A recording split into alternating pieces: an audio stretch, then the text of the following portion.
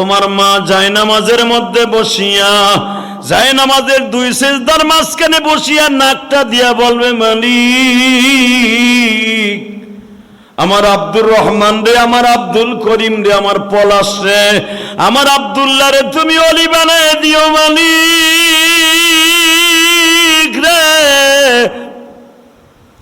মায়ের দোয়া লহে যুবক, মায়ের দোয়া লহে যুবক, মায়ের দোয়া